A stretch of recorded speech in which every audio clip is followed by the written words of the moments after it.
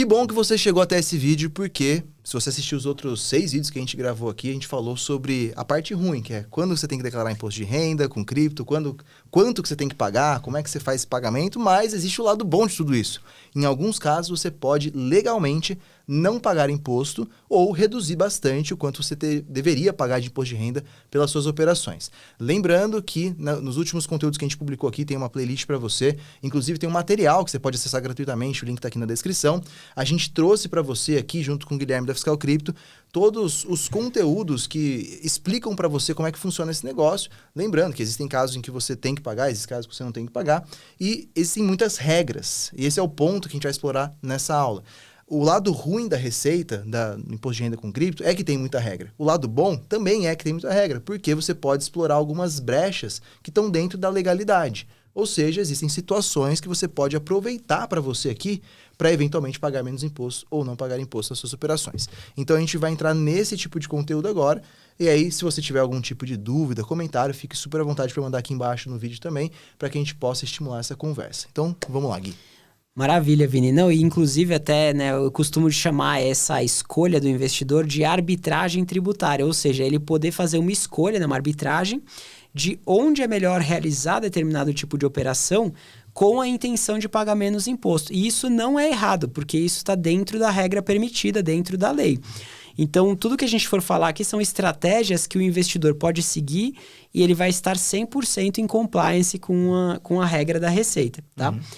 Então, basicamente, a gente tem hoje, eu diria que 2 grandes estratégias para você conseguir reduzir de forma significativa o seu imposto em cripto e até mesmo zerar o imposto em cripto. O que a gente observa, né, nos nossos clientes, que a gente atende com o serviço concierge, a gente observa que quando essas regras elas são combinadas, né, essas estratégias elas são combinadas, é possível até mesmo zerar o imposto em cripto, porque você consegue optar sempre pelo melhor cenário do ponto de vista tributário.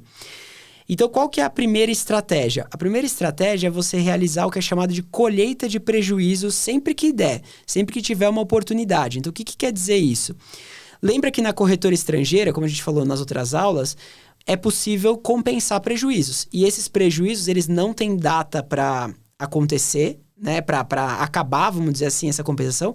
E mais do que isso, você pode acontecer de ter um ano em que você teve lucro ao longo do começo do ano inteiro e no final do ano, se você tiver prejuízo, ele vai reduzir aquele montante de lucro final a pagar de imposto, né? Então, o que a gente quer chamar de colheita de prejuízo? Como o mercado cripto ele é muito volátil, ora o Bitcoin está $100 mil, ora está que nem agora que está 80 e poucos, você pode aproveitar esses momentos de prejuízo para migrar os seus ativos, se eles não estiverem em corretoras estrangeiras. Você pode migrar os seus ativos para corretoras estrangeiras e realizar um prejuízo nessas corretoras, mesmo que você não tenha a intenção de se disposicionar daquele ativo.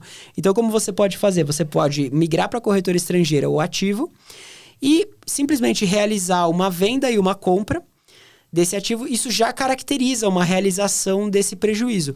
Então, mesmo que eu tenha um ativo que eu acredito ainda, vai subir e tal, eu comprei um pouco acima, mas ele vai continuar subindo, eu acredito, eu tô com um prejuízo a realizar, eu não quero me desfazer do ativo, você pode, né, nesses momentos, transferir esse ativo para uma corretora estrangeira, realizar uma venda e logo no mesmo minuto uma recompra. Não faz diferença se é 1 segundo depois ou não, tá? Você pode realizar essa recompra 1 segundo depois para não perder muito na variação do preço do ativo.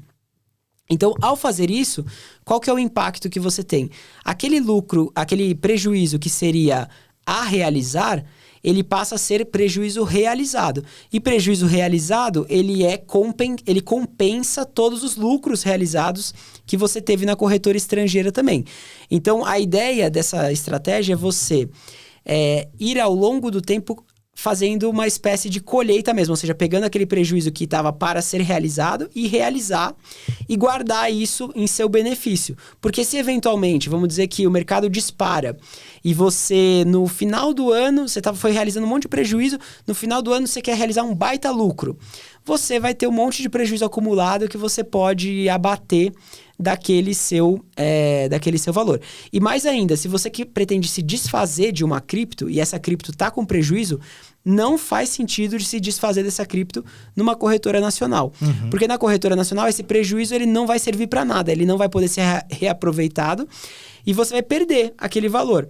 Já na corretora estrangeira, se eu quero me desfazer daquele ativo, eu vendo ele com prejuízo e eu posso depois compensar futuros lucros. Cara, me corrija se eu estiver errado, mas pensando num cenário aqui que pode ser bem legal. Vamos supor que eu tenho 40 mil reais em Bitcoin que está com um lucro de 8 mil reais. Então eu paguei 32, está valendo 40. Se eu fosse vender numa corretora brasileira, eu ia pagar imposto de renda sobre esses 8 mil de lucro porque eu vendi mais do que 35 mil. Estou vendendo 40 mil reais.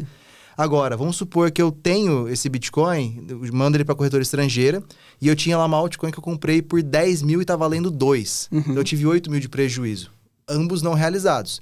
Eu posso vender essa altcoin na corretora estrangeira, peguei 8 mil de prejuízo, vendo os 40 mil reais, abato o prejuízo, então zerei, né, que tinha 8 de prejuízo, 8 de lucro, não paguei imposto de renda, recompro aquela altcoin, e ainda se ela subir, eu quiser realizar isso, mas for abaixo de 35 mil, eu vou lá para a corretora brasileira depois. Exatamente. Então eu não paguei imposto em nada, sendo que talvez você fosse pagar um monte de imposto por tudo isso. Exatamente. E aí você já até entrou na segunda estratégia, que é isso que eu falei, né? Você já foi na linha de combinar as estratégias. A segunda estratégia é usufruir desse limite de isenção da corretora nacional. Então, na prática, essa regra da lei das offshores que colocou criptoativos como uma aplicação financeira no exterior, ela foi benéfica para o mercado de cripto, porque por mais que ela aumente a complexidade, e agora tem mais declaração, e tem regra diferente para caso nacional, caso estrangeiro, etc., ela te deu agora a possibilidade de você justamente fazer isso que você falou, combinar estratégias para pagar o menor imposto possível. Então, quando eu quero realizar ativos com lucro,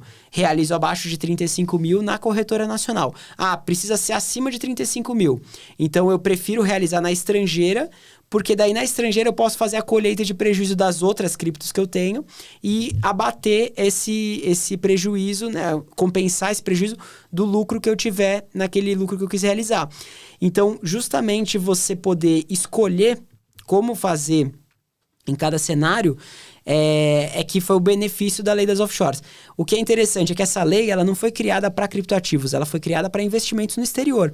Só que o criptoativo tem uma característica que, diferente da ação lá na Nasdaq, que eu não consigo trazer para o Brasil, volto para os Estados Unidos e tal, o criptoativo eu consigo, tiro ele da minha carteira, mando para a Binance, volto para minha carteira, volto para o mercado Bitcoin. Eu posso ficar transacionando ele entre exterior e nacional de forma muito fácil, né?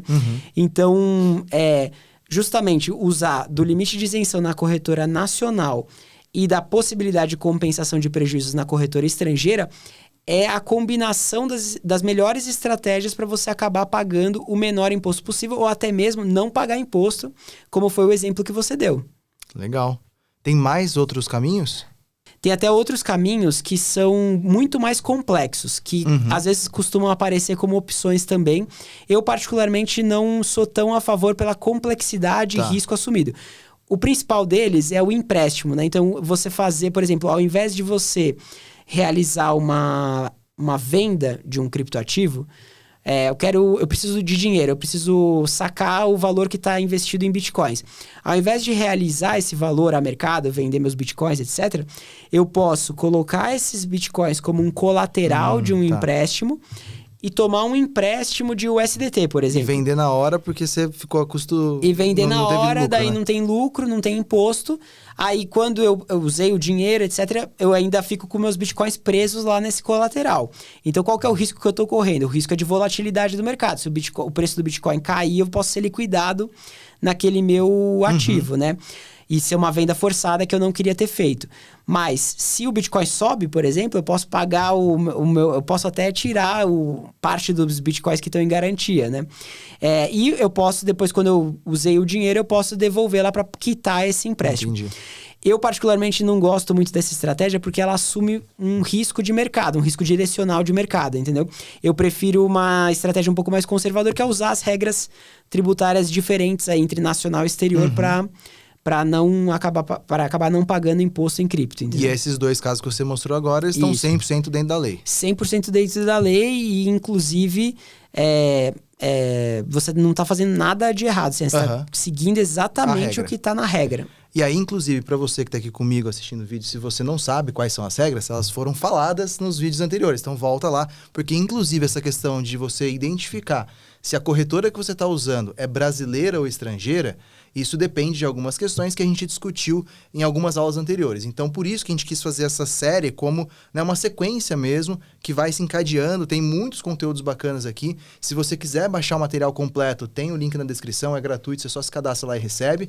E assista todas as aulas, porque tudo que você precisa saber aqui é realmente um guia definitivo sobre imposto de renda em cripto, tá explicado. Se ficar qualquer outra dúvida, manda nos comentários para a gente poder conversar um pouco mais e tirar essas dúvidas. Eu queria agradecer a sua atenção, sua presença aqui. Queria agradecer muito, Gui, também pelo material, pela explicação. Ficou realmente muito legal. Eu que agradeço e também deixo o convite aqui para todo mundo que quiser conhecer mais sobre a Fiscal Cripto, entrar no nosso site, fiscalcrypto.com.br.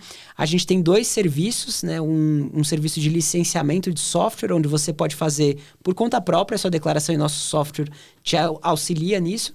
E também um serviço de especialista que você contrata uma pessoa, um profissional nosso que vai fazer tudo isso para você e que vai conhecer todas essas regras que são complexas, né? Para justamente poder te auxiliar e te ajudar, né, nessa entrega dessas declarações todas que são bastante complexas mesmo. E é isso, né? Como você tem várias regras diferentes, ou você não vai usá-las se você não souber, ou você precisa de algum especialista para te ajudar a escavar, porque essas coisas estão mudando a todo momento. A gente falou nos vídeos anteriores sobre o que já mudou de um ano para o outro. Então fica aqui a sugestão mesmo de você conhecer o trabalho deles. Lembrando, eu mesmo utilizo bastante, justamente porque eu não paro o meu dia a dia para me aprofundar em todos esses conteúdos. Tanto é que não sou eu que estou explicando sobre imposto de renda, é o Guilherme aqui. Então acho muito bacana você poder se aprofundar um pouco mais nisso. Conheça Fiscal Cripto, fiscalcrypto.com.br, né? Isso. Cripto com I. Certo? Se colocar cripto com Y, acha também. Fiscal Cripto com Y também. E no Instagram, @fiscalcrypto. E no Instagram, @fiscalcrypto com I. Boa, e se você não me conhecia, eu sou Vinícius Bazan do Underblock, você me encontra lá no Instagram no @o.viniciusbazan, underblock.cripto com Y, e aqui no YouTube você pode só se inscrever no canal, ativar as notificações e dar aquele joinha no vídeo que você já... O algoritmo cuida do resto, ele te entrega tudo que você precisa saber. Galera, muito obrigado, espero que vocês tenham gostado. Deixe seu feedback aqui nos vídeos pra gente, saber se foi útil. E a gente volta no ano que vem, quem sabe? Ou antes, vai que as coisas mudam. Valeu, vai Gui. que muda de novo a lei, né? Obrigado pessoal pela audiência aqui, tô muito feliz e fica o convite de novo para conhecerem mais da Fiscal Cripto. Boa, até mais.